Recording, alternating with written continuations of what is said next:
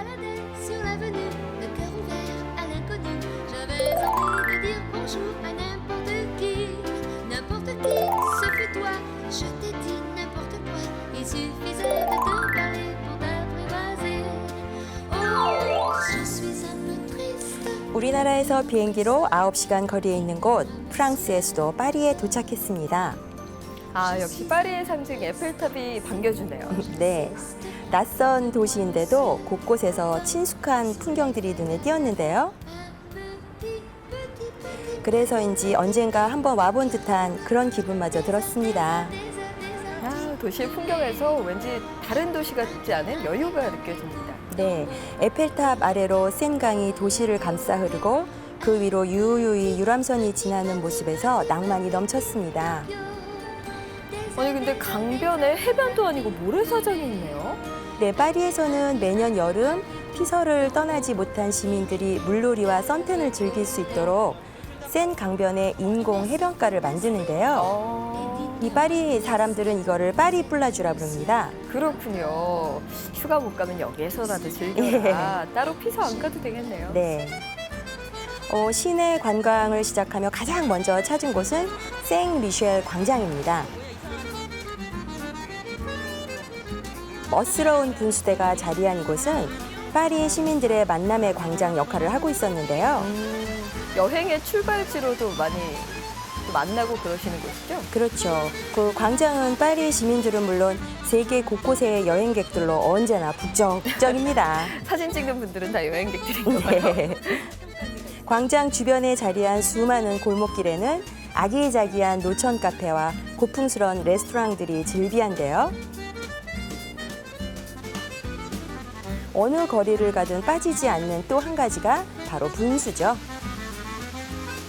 그중에 인호상 분수는 파리에 남아있는 유일한 르네상스 시대 분수입니다.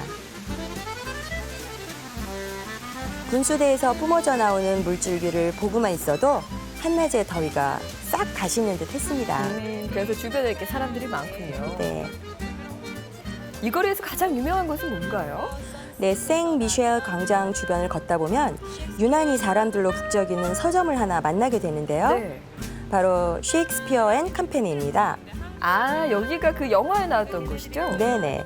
그 허름하고 작은 이 책방은 에단 호크와 줄리 델피 주연의 영화 비포 선셋에 나오면서 유명세를 타기 시작했는데요. 네.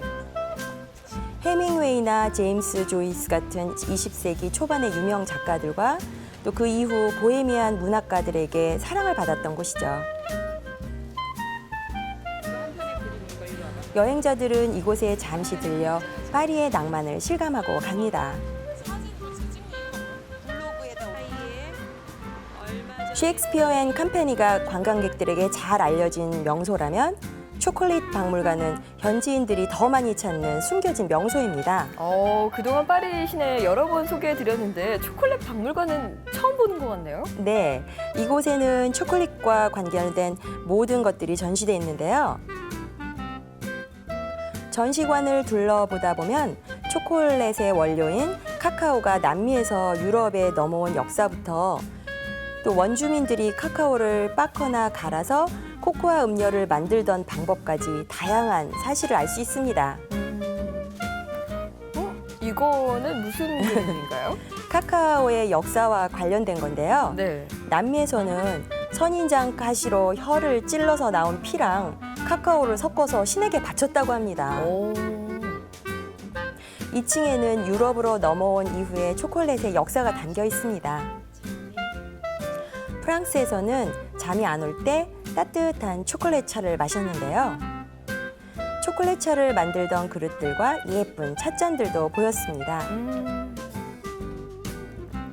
전시관이 생각보다 많은데요. 여기는 무슨 전시하는 곳이죠? 시대별로 전시관이 나뉘어 있는데요. 이곳에는 1900년대 공장에서 초콜릿을 대량 생산할 당시에 그때 사용한 다양한 포장지를 구경할 수 있습니다. 그랬군요. 그 외에도 초콜릿으로 만든 의상과 장식품들로 가득했습니다. 지루하지 않은 박물관이겠어요. 네, 박물관이라고 해서 전시물들만 줄줄이 놓인 것이 아니라 재미있는 볼거리도 마련됐는데요. 네. 지하에서는 관람객들에게 초콜릿 만드는 모습을 보여줬습니다. 오, 그러면 맛도 볼 수 있고 그런 건가요? 그렇죠. 쇼콜라티에가 캐러멜 초콜릿을 나눠줬는데요. 네. 맛이 정말 진하더라고요. 이따 하나 사가라고 좀 미리 맛을 보여주는 건가요? 박물관 구경을 마친 뒤에는 아닌 게 아니라 기념품 가게에 들렸습니다. 초콜릿을 이용해서 만든 화장품부터 초콜릿 원액과 판초코, 그리고 예쁜 꽃 모양의 막대 초콜릿까지 다양한 기념품들을 판매했는데요. 네. 어떤 게 좀 마음에 드셨어요? 그중 저는 그 초콜릿 차가 아주 인상적이었습니다. 아, 이게 잠 안 올 때 마셨다는 그 초콜릿 차요? 네, 뜨거운 우유에 초콜릿 덩어리를 넣어주는데요. 네. 흔들어서 녹여서 마시는 거거든요. 네, 맛이 엄청 진했습니다. 맛있겠어요. 이 따님 손인가 봐요. 네.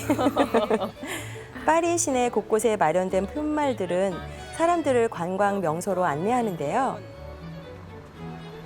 이번에 찾은 곳은 파리의 판테온입니다. 판테온 하면 이탈리아 로마에 있는 거로 알고 있는데요. 네, 저도 판테온 하면 로마를 먼저 떠올렸는데요. 파리에도 판테온이 있었습니다. 판테온은 그리스어로 모두를 뜻하는 판과 신을 뜻하는 테온이 합쳐진 것으로 모든 신이라는 뜻을 가지고 있습니다. 판테온 내부에 들어가자 벽면에 가득한 커다란 벽화들이 제 시선을 사로잡습니다. 어떤 소녀의 그림인 것 같은데 어떤 그림이죠?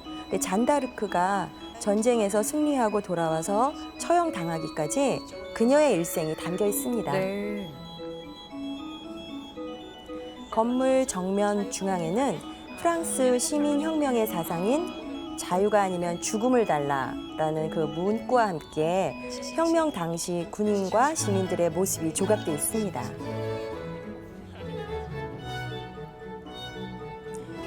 판테온에서 가장 유명한 것은 지구의 자전을 증명하는 푸코의 진자인데요.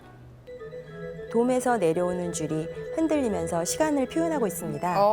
지금 시각 4시입니다 하는 네. 것 같은데요. 판테온 지하로 내려가면 또 다른 공간을 만나게 되는데요.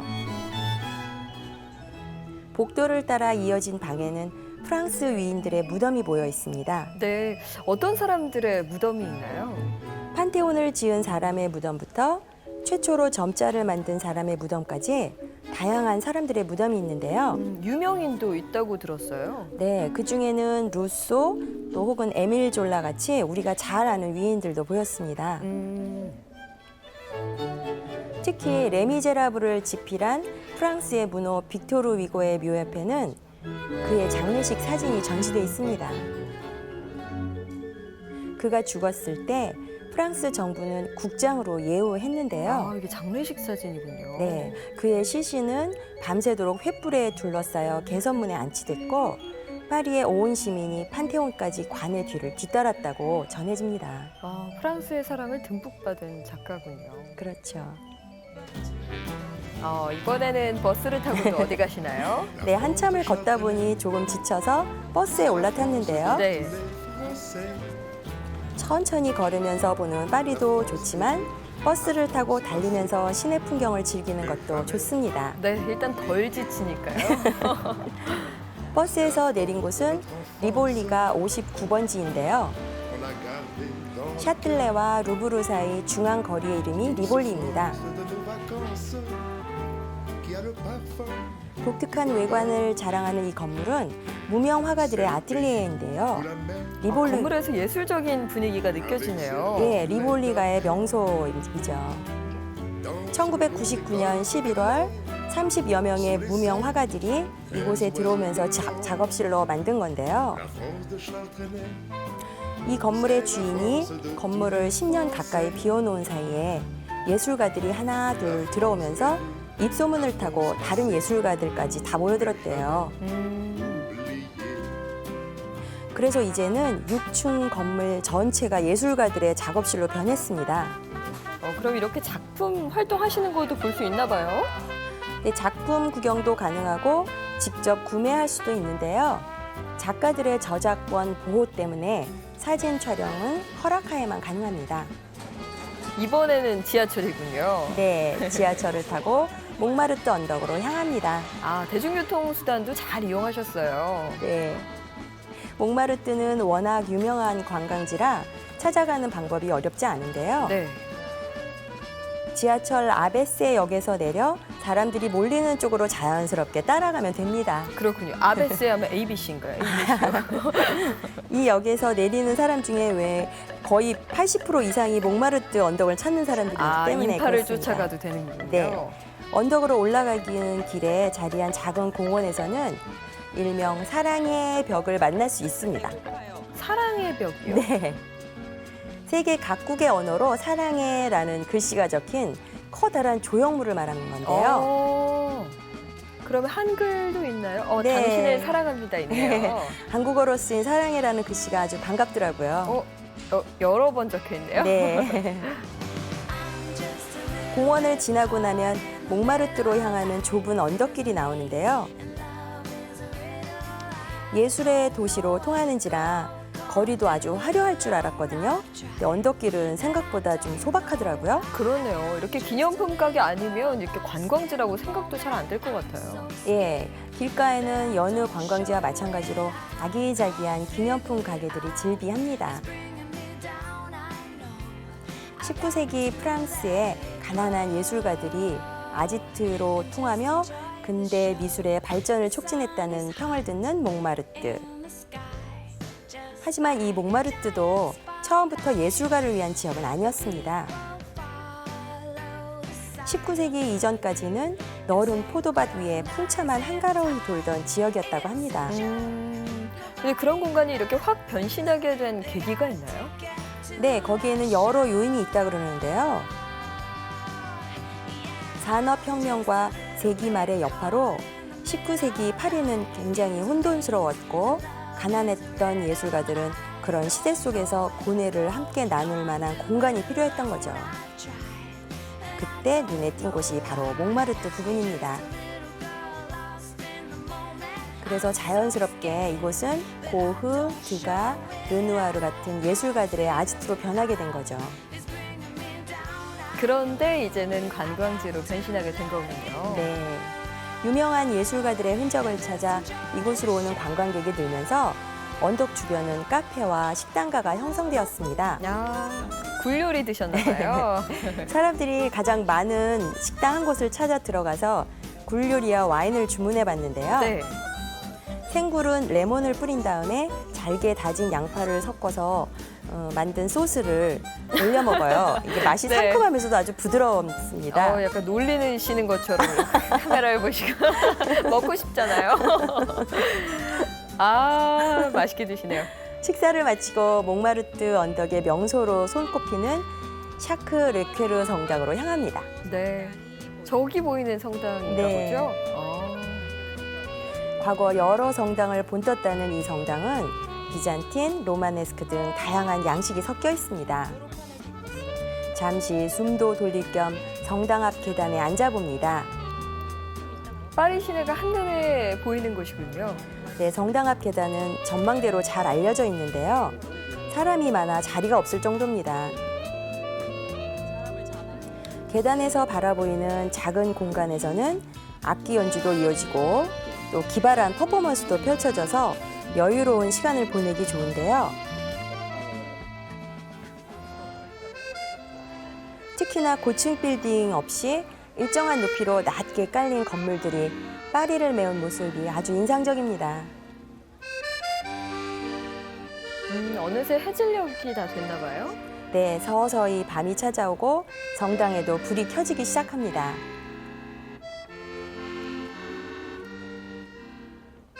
성당 앞으로는 파리 시내의 야경이 파노라마처럼 펼쳐지는데요.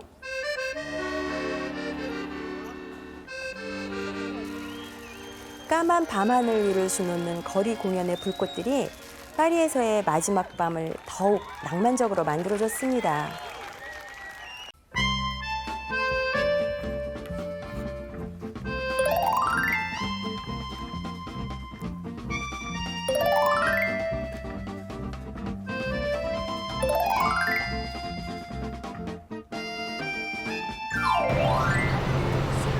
낭만의 도시 프랑스 파리를 찾았습니다. 어떤 곳부터 가야 할까 잠시 고민하다가 망설임 없이 콩코드 광장을 선택했습니다. 네. 파리에서 콩코드 광장은 어떤 곳인가요? 콩코드 광장은 파리에서 가장 넓은 광장입니다. 프랑스 혁명 이후 혁명 광장으로 불리다가 그 뒤 화합을 의미하는 콩코드 광장으로 부르고 있습니다. 광장 주변을 걷다 보면 튠르리 정원을 만나게 됩니다. 이게 공원 규모가 상당히 크네요. 네. 튠르리 정원은 파리 시민들의 휴식처로 콩코드 광장과 루브르 궁전 그리고 센강으로 둘러싸인 인공 정원입니다.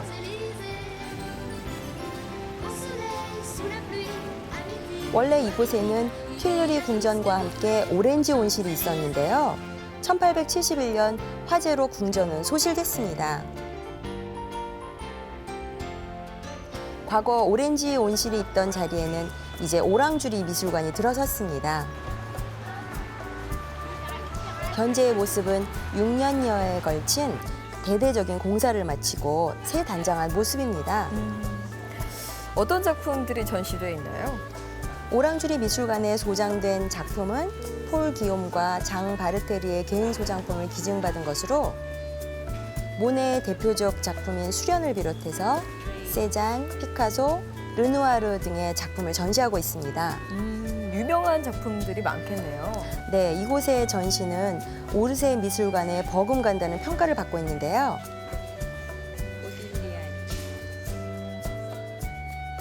수많은 작품 중에서도 루소의 결혼식이 인기가 굉장히 높더라고요. 이 그림인가 봐요. 네. 우리나라에 63빌딩이 있다면 파리에는 몽파르나스 타워가 있습니다. 네, 건물의 높이를 보니까 딱 전망대인데요. 그렇죠. 이 건물은 59층으로 이루어져 있는데요. 시속 60km의 엘리베이터는 전망대가 있는 타워 꼭대기까지 단 38초 만에 도달합니다. 오, 멀미 날 수도 있겠어요. 지상에서 210m 높이에 위치한 옥상 전망대는 파리 시내에서 최고의 높이를 자랑하는데요. 파리 사람들은 이곳을 파리에서 사랑에 빠지기 가장 좋은 장소로 손꼽습니다. 네, 풍경을 보니까 무슨 말인지 좀 이해가 되네요. 아름다운 파리 시내가 제 발 아래 펼쳐지는 기분은 뭐라 표현할 수 없을 만큼 감격스러웠습니다. 그러니까 이곳에서 미리 관광할 곳들을 좀 보면서 표시하고 떠나시면 더 좋을 것 같아요. 그렇죠. 360도로 시야가 뚫려 있어서 파리 시내 구석구석에 자리한 명소들이 한눈에 들어왔는데요. 온 파리를 다 가진 듯 뿌듯했습니다. 몽파르나스 타워에서 파리의 전체 풍경을 봤다면 이제 명소들을 하나하나 찾아가 볼 텐데요. 얼른 버스에 올라타고 다음 장소로 이동했습니다. 다음 목적지가 어디인지 궁금한데요.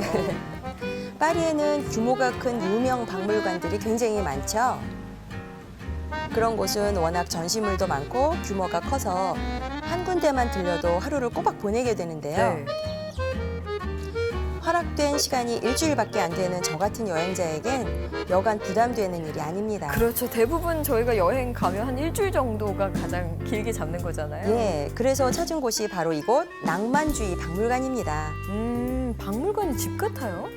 조용한 개인주택을 박물관으로 만들어 놓은 이곳은 원래 네덜란드 출신의 궁정화가 에리 셰퍼의 집이자 작업실이었다고 하는데요. 네. 과거 낭만주의의 대표적인 작가인 조르주 상드랑 또 음악가 쇼팽 등 수많은 예술가들을 초대해서 함께 시간을 보낸 곳이기도 합니다. 어떤 작품들이 있나요? 박물관 내부는 일단 집주인이었던 에리 셰퍼의 작품들이 있었는데요. 그 외에도 조르주 상드에 관한 170여 개의 기념품으로 가득 채워져 있더라고요. 박물관이 무료인데다가 관광객이 많지 않아서 누구의 방해도 받지 않고 감상할 수 있다는 점이 아주 좋았습니다. 그건 좋네요. 파리의 다른 명소들 가면 사람에 치이잖아요. 그죠? 네, 이곳에서 가장 인상적이었던 것은 연인으로 알려진 쇼팽과 조르주 상드가 주고받았던 사랑의 흔적들이었습니다. 사랑의 징표들 막 이런 것들 볼 수 있나 봐요. 네. 박물관 구경에 빠져서 한참을 걸었더니 조금 지쳤는데요. 네. 재미난 이름의 카페를 그때 만났어요. 노 스트레스? 네. 아, 스트레스 없는 카페? 이런 뜻인가요? 네, 그 이름이 마음에 들어서 카페 안으로 들어가 봤는데요. 네. 조용한 분위기의 카페가 마음의 평안함을 가져다 줬습니다. 뭐 드셨어요? 저는 코코아 한 잔을 마셨는데요. 네. 잠시 코코아 한 잔 마시면서 쉬는 사이에 신기하게도 이 카페 이름처럼 스트레스가 다 사라졌습니다. 효과가 있는 카페였습니다. 자, 다시 힘을 내서 말의 지구를 찾아갔습니다. 광장 한가운데로 웅장한 건물이 눈에 들어오는데요. 바로 파리 시청사입니다. 파괴되었다가 1892년에 다시 지어진 이 건물은 1800년대 후반의 건축 스타일을 반영하고 있습니다.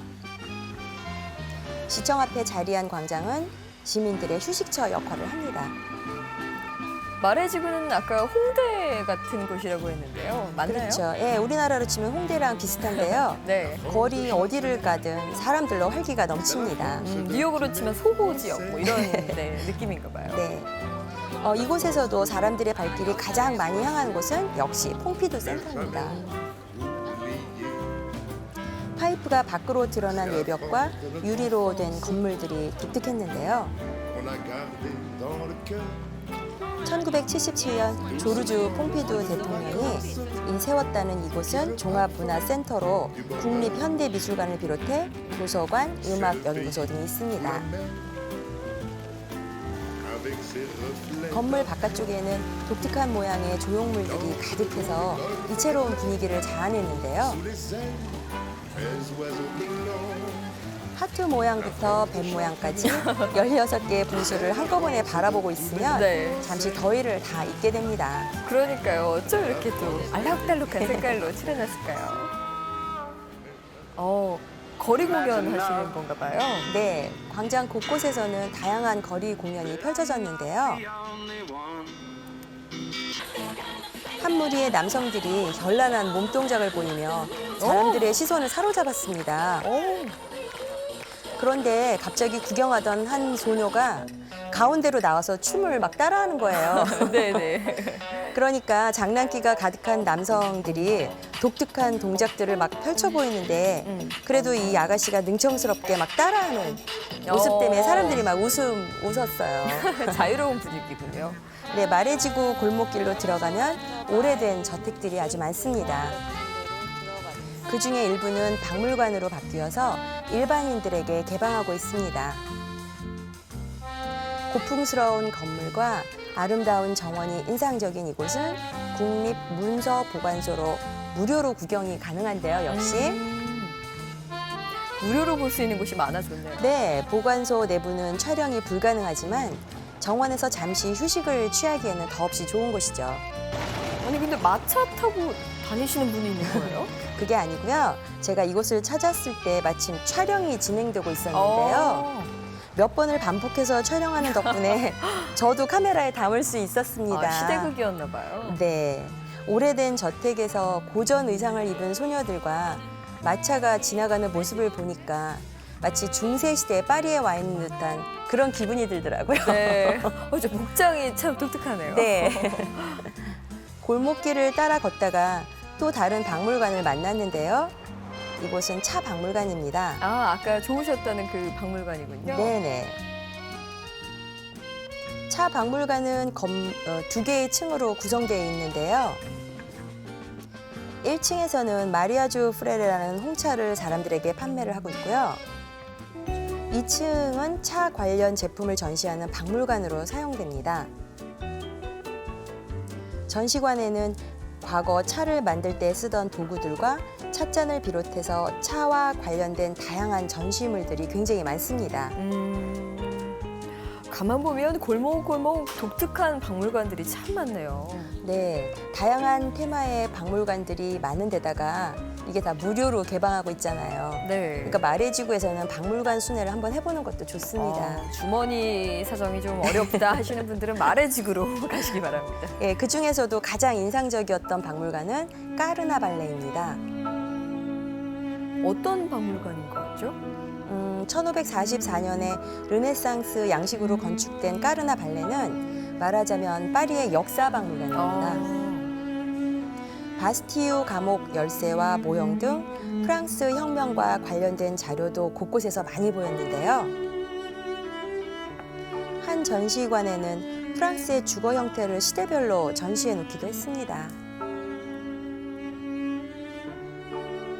고대부터 현대까지 파리의 역사를 볼 수 있는 곳인데요.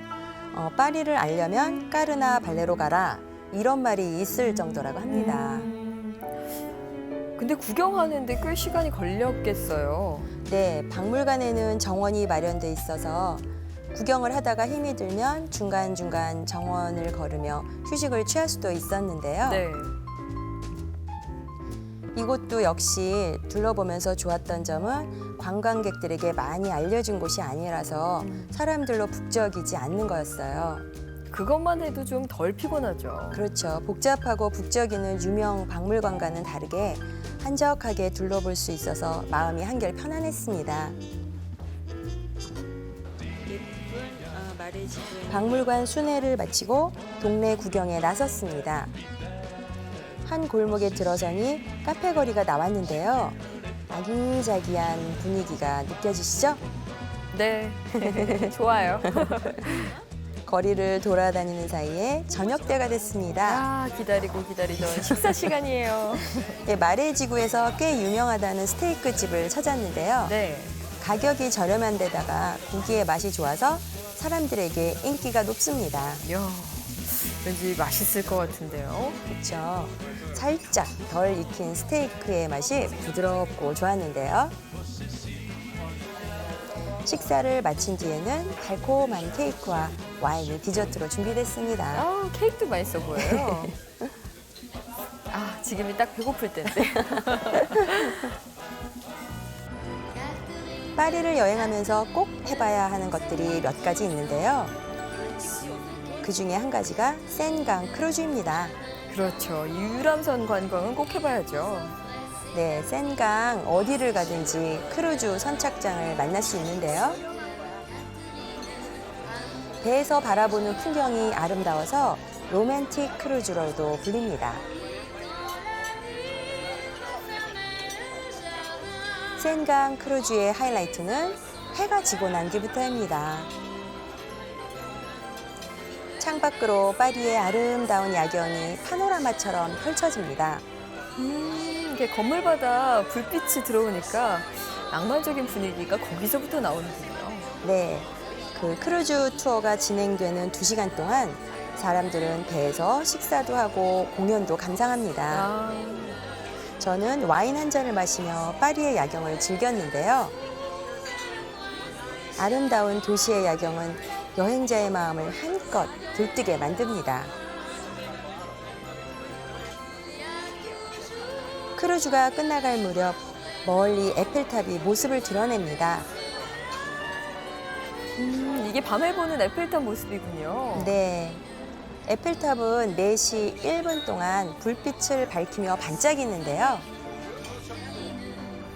로맨틱 크루즈에서 바라보는 화려한 에펠탑의 모습을 간직하며 파리에서의 여행을 마쳤습니다.